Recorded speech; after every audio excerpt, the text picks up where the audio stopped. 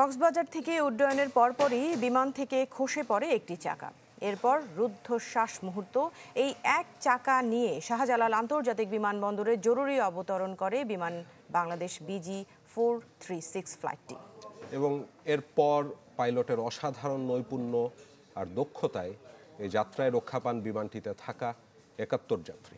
অক্ষত ছিল বিমানটিও। মাঝাকাশে কিছু না জানলেও অবতরণের আগে জরুরি সতর্কবার্তায় কিছুটা আতঙ্কিত হয়ে যান যাত্রীরা।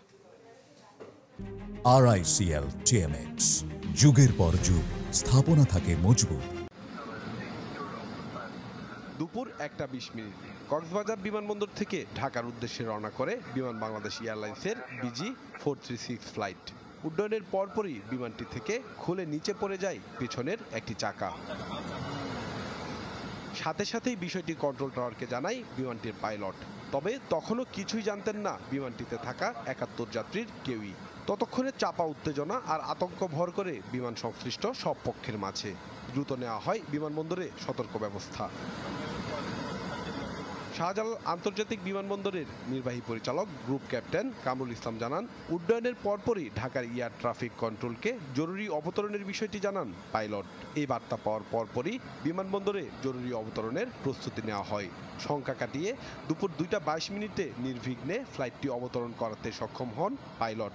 এতে বড় ধরনের দুর্ঘটনা থেকে রক্ষা পায় বিমানটি।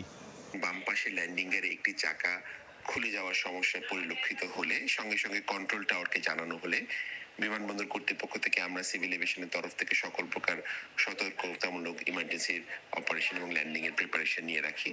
এরপরে 14:22 স্থানীয় সময় ঢাকায় নিরাপদে আলহামদুলিল্লাহ বিমানটি অবতরণ করে এবং যাত্রী ও ক্রুরা সকলেই সুস্থ নিরাপদ রয়েছে। যাত্রীরা জানান, বিমানে থাকা অবস্থায় কিছুই জানানো হয়নি তাদের। যদিও অবতরণের আগে জরুরি সতর্কবার্তায় কিছুটা আতঙ্কিত হয়ে পড়েন যাত্রীরা। চাকাটা খুলে গেছে, কিন্তু ল্যান্ড করতে সময় আপনার ল্যান্ড করতেছে, কিন্তু ল্যান্ডটা ঠিক মতো হইতেছে না। যখন বিমানের চাকা খুলবে তখন একটা বিকট আওয়াজ হলো, যেটা আমরা বুঝতে পারলাম যে কোনো একটা সমস্যা হয়েছে। তো পাইলট 2-3 বার বললো যে ল্যান্ডিং, কিন্তু ল্যান্ড করতেছে না, বারবার উড়াউড়ি করতেছে।